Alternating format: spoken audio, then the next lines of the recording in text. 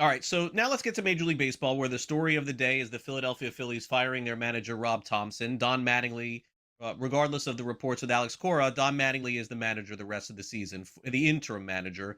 And ironically, his son is the GM, Preston Mattingly. So what a unique situation the rest of the way.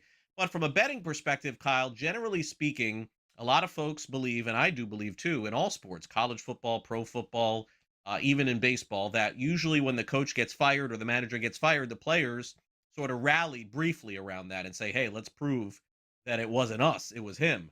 So there's that opportunity that stands in front of us tonight here, but Jesus Luzardo has not pitched well at all for Philadelphia. And when I say not at all, it's worse than not at all. Don't just look at the stats. Total is 8. Molly's actually pitched very well for the Giants, but as you know, Kyle, the problem with the Giants, they really don't hit a lot.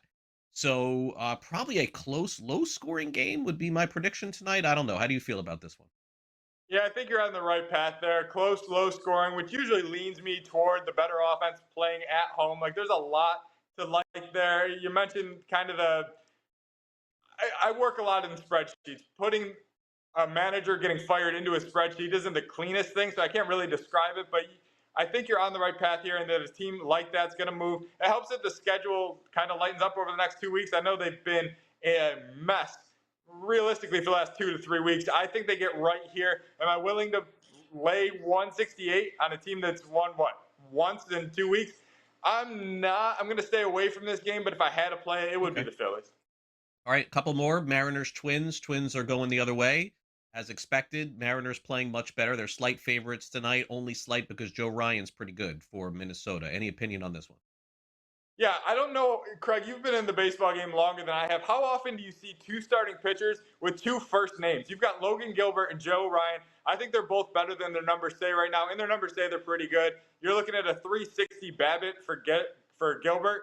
That's got to come back. This Twins offense is one that could bring that back. So I think you see nothing going on early in this game. I don't think there's a wrong way to play the under while these two starters are on the mound. You want plus money, go under a run and a half under the first 3 innings. You want even more plus money, go scoreless through the first 2. And then finally tonight, really great matchup, interleague. Both two good teams here, especially Atlanta, playing out of their minds this season. Martin Perez will go against Casey Mize. Sort of a pick'em game here. It's in Atlanta, but the Tigers are very strong and have a strong bullpen too. Total of 8.5. My gosh, feels like a complete coin flip tonight, unless Atlanta's bats just keep up what they've been doing.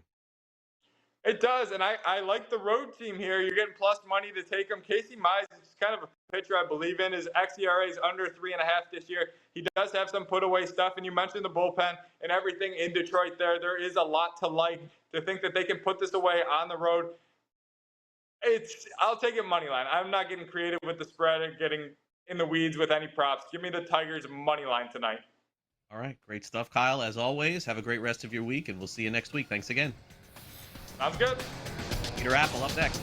Welcome back to Newswire here on SportsGrid. Great to have Peter Appel in the house. We've got Just Baseball coming up, our show here on SportsGrid coming up in just a bit. So let's bring in Peter because we got some hot topics to talk about here. Thought maybe the Alex Cora topic would have been the one with the Red Sox, but guess what? The Phillies are like, nah, we could do one better. We could fire our manager too. Peter, 2 managers in Major League Baseball not fired over the course of the season, fired in April. I mean, that is super rare. And, the first one, a little bit surprising. This one, I guess I'm not as surprised.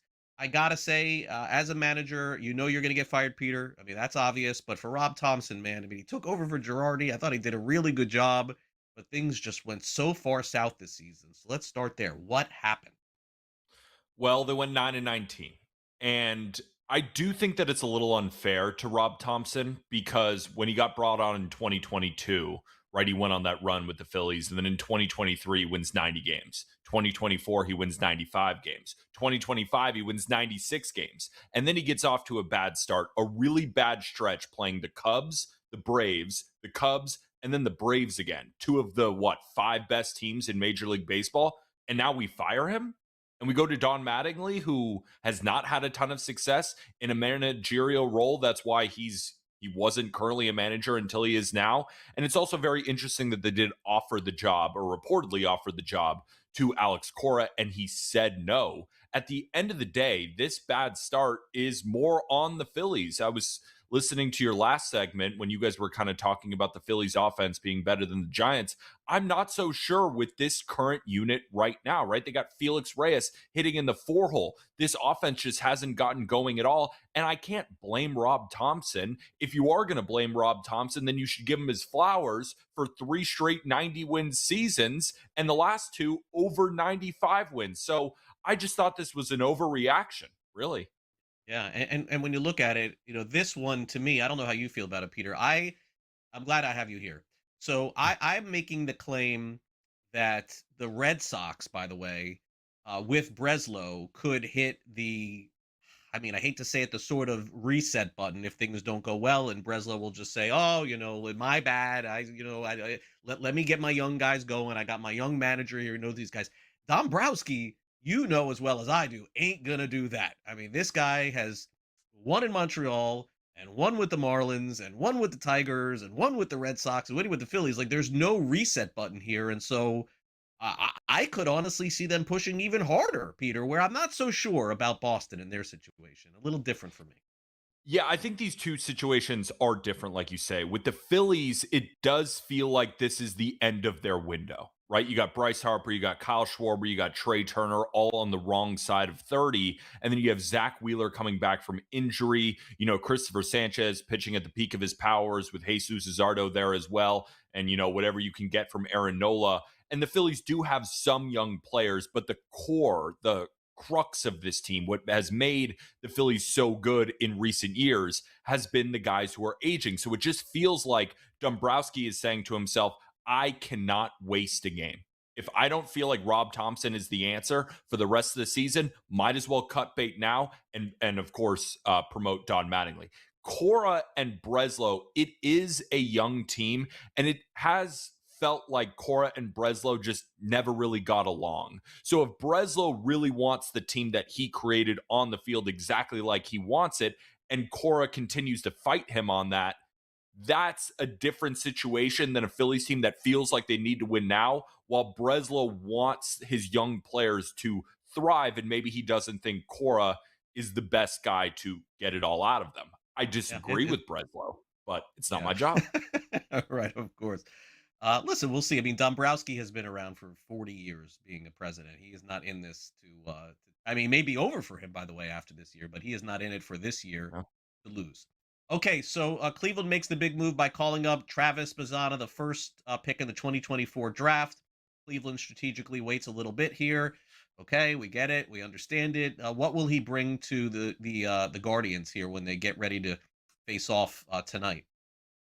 Just a really good ball player to his core. And I think that's a big reason why he went number 1 overall in the draft, right? Travis Bazzana doesn't have crazy power. He's not the best fielder you've ever seen. He's not the best base runner that you've ever seen, but he's one of those players that's just good at everything. And in the minor leagues so far this season, one of his biggest problems, I guess you could say, is the strikeouts were a little bit high.